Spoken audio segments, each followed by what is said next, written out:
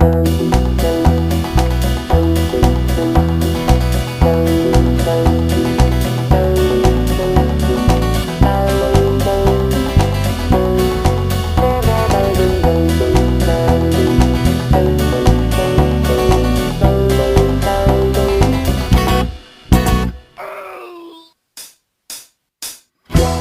de l'or, épisode 6. Après une rencontre quelque peu hasardeuse, avec un nénuphar-nivore et un golem de pierre, Wally, Éoliel et Lougar s'apprêtent à sauter dans un téléporteur pour une destination inconnue. Au moment où le nécromant allait activer le portail, la voix plaintive de Stirlord émana du rat des pâquerettes. « Ah, que quelqu'un bousille cette saleté de fleur pour nous venger !»« Mais on s'en fout de la fleur, faut se casser d'ici et tout de suite !» Vive comme l'éclair, Éoliel s'empara de l'arme et fondit sur la corolle de pierre posée sur son plateau de granit en forme de feuille. Bien lui en prit, car une fois la fine coque pulvérisée, le cœur de la plante se révéla être un rubis de la taille d'un poing. Dans un éclair bleuté désormais familier, nos 6 aventuriers se retrouvèrent juste devant la guilde, à l'endroit même qu'ils avaient quitté quelques heures plus tôt. Heureusement pour eux, il faisait nuit et les sentinelles ronflaient de l'autre côté du mur d'enceinte, ce qui leur évita des colibés désagréables. Devant eux, les roulottes échoppes des marchands, repliés et abandonnés pour la nuit, semblaient somnoler en attendant le retour de l'astre. « Pour la peine, on va piquer la roulotte à Lucette, déclara Lougar avec un sourire mauvais. Ça lui fera les pieds. Et on ferait pas mieux de rentrer chercher du secours pour nos amis? T'es folle, c'est la honte.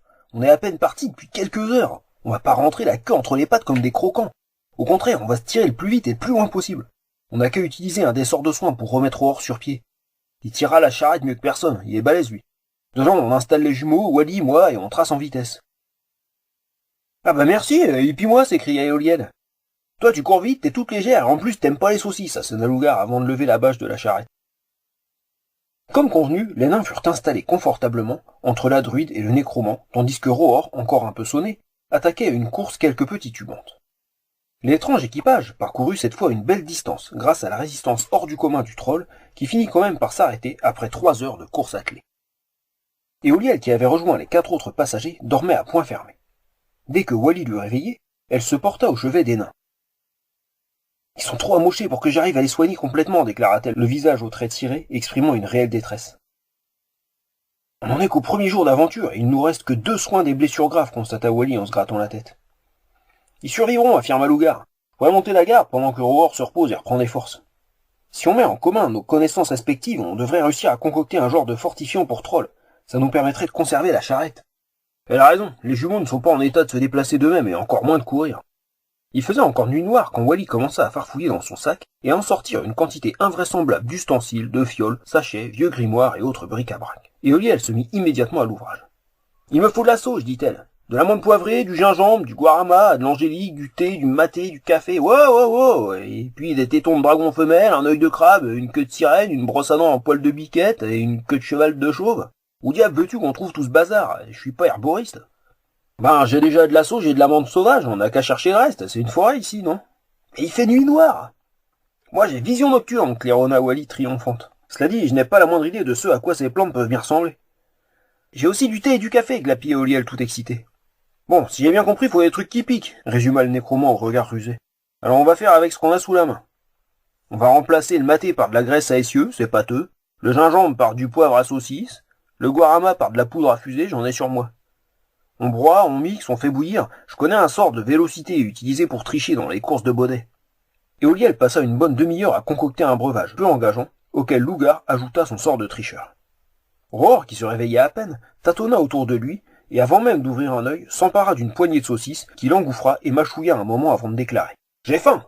Le jour va bientôt se lever, on devrait chasser quelque chose. » Éoliel, encore admis endormi, tendit au troll le récipient au breuvage magique. « Tiens toi, prends un peu de fortifiant, t'en mets juste. » Rohor ne laissa pas à Aleph le temps de finir sa phrase, et engloutit d'un trait tout le contenu du bol, dont il lécha goulûment les bords.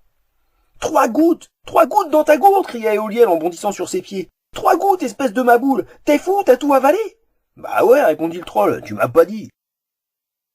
L'imposante carcasse du troll fut secouée par un spasme. Rohor bondit sur ses pieds, soudain plus survolté que les 2 nains réunis. Wally et Lougar, qui s'étiraient en râlant, entr'ouvrirent les yeux et aperçurent avec horreur la charrette qui, tractée par le troll survitaminé, bondissait dans un nuage de poussière. Oh non, la charrette qui fout le camp maintenant, ronchonna Lougar en se levant péniblement. Eh, mais il se tire sans nous! Il a avalé toute la potion, hurla Éolienne. Après 1 heure de marathon, le trio essoufflé rejoignit en pestant Rohor, qui toujours cramponné à ses brancards, tournait en rond au milieu d'une intersection. C'est par là, hein? Eh, c'est par où, vite, vite, on fonce là, hop, hop, hop! Mais attends-nous, halta Wally à bout de souffle.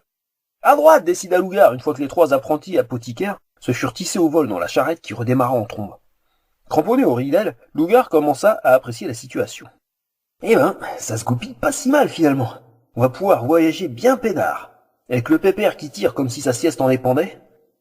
Ah, c'était assez inespéré. Dommage que je puisse pas envoyer une petite bière, tiens.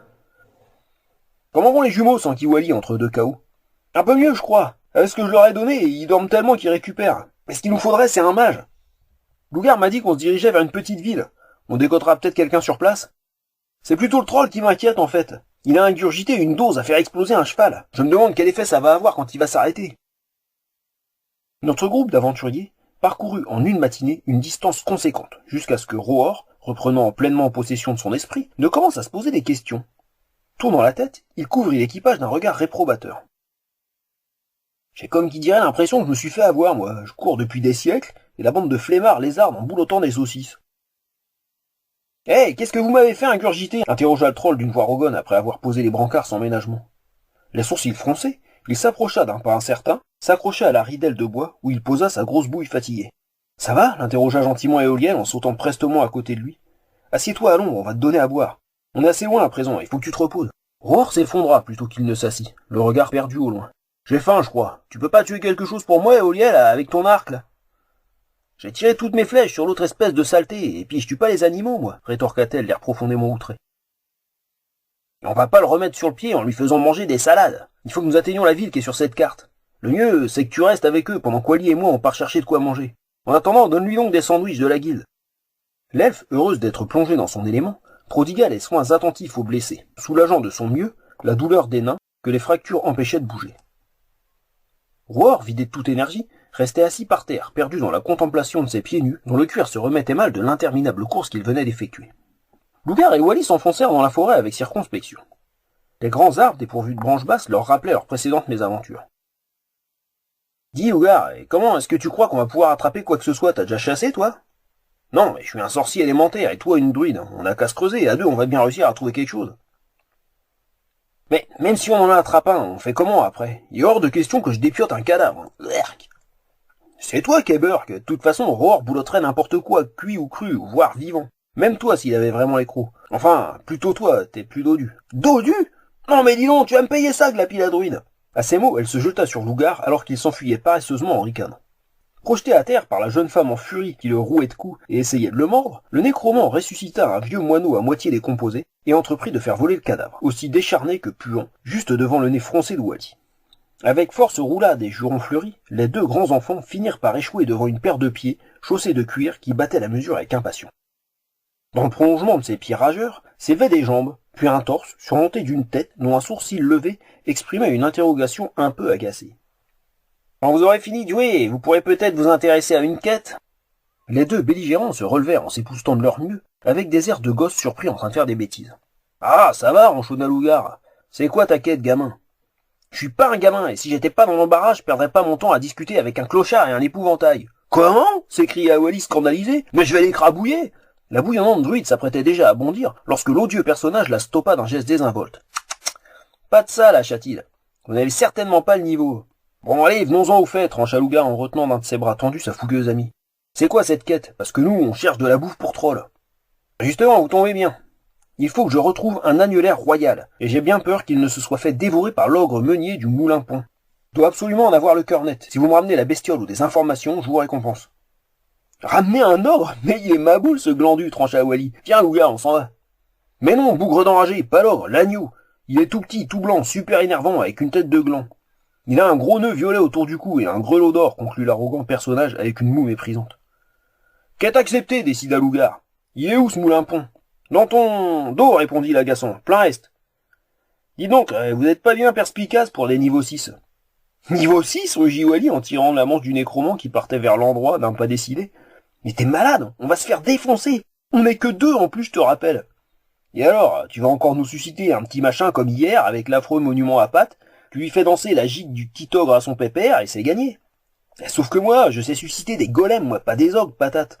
Tant pis, on y est presque. Et puis, on nous a pas demandé d'affronter le Maus. Il veut juste qu'on retrouve un mouton avec un nœud violet. Et une tête de gland, qu'il a dit, comme lui. Le chemin sablonneux qui serpentait dans le sous-bois aboutit, après une série de courbes en pente raide, à une vaste prairie bordant une rivière. Le pont massif qui enjambait l'impétueux cours d'eau était flanqué de 2 imposantes tours de pierre qu'un astucieux système de levage reliait par le haut.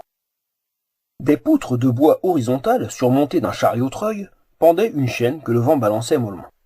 Lougar resta un moment en admiration devant les roues à aubes qui, à la base de chaque édifice, étaient entraînées par le courant. Le claquement régulier des pales sur l'eau qui saturait le fond sonore ont hardi les 2 espions qui décidèrent finalement d'approcher avec circonspection. Drôlement bien conçu ce machin, pensa Lougar. On va pouvoir s'approcher en se planquant derrière tous ces chariots de blé. Suffira d'attendre bien tranquillement, ce foutu meunier va bien finir par chercher une de ces chariotes. À ces mots, le nécromant entraîna Wally, et tous deux partirent furtivement se positionner au milieu de la vingtaine de tombereaux chargés de sacs.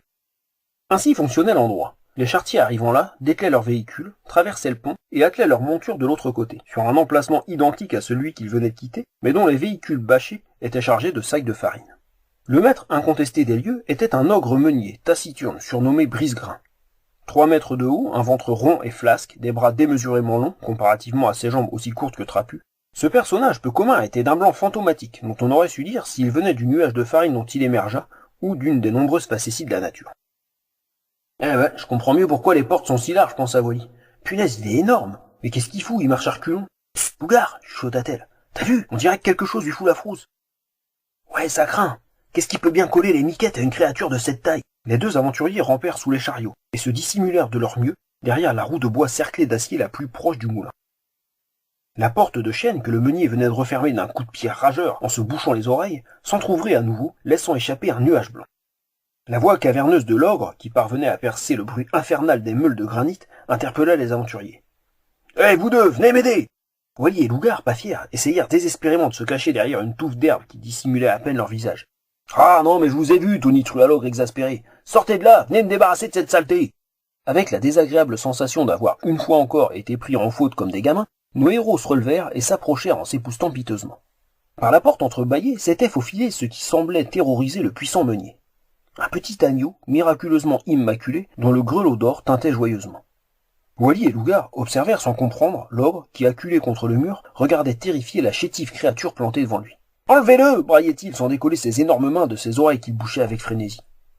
L'agnelaire royal, car c'était bien lui, bêla longuement, puis d'une voix rendue insupportable par sa nature ovine, entama sans la moindre coupure une phrase de 50 lignes de long que le respect des plus élémentaires règles de français m'interdit de retranscrire dans son intégralité. Moi, agnelaire royal de sa majesté Clotilde de Nobleville, suis l'élu des grands mages, la magnificence éblouissant l'astre lui-même. J'ordonne que tu me ramènes avec tous les égards dus à mon rang au royaume, où tu seras puni pour avoir osé porter atteinte à ma glorieuse dignité, devant laquelle tu devrais te prosterner, toi qui as osé essayer de souiller ma beauté immaculée, privant le monde de mon auguste personne, en tant que représentant du vil petit peuple, dont tu n'es qu'une monstrueuse anomalie, blablabla.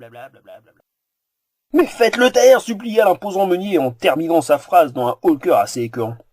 Alors que Lougar, le regard sombre, s'approchait de l'insupportable agneau en dégainant sa dague, celui-ci émit un bêlement si strident que le nécromant en fit un bond en arrière, abandonnant son arme et se bouchant les oreilles de toutes ses forces.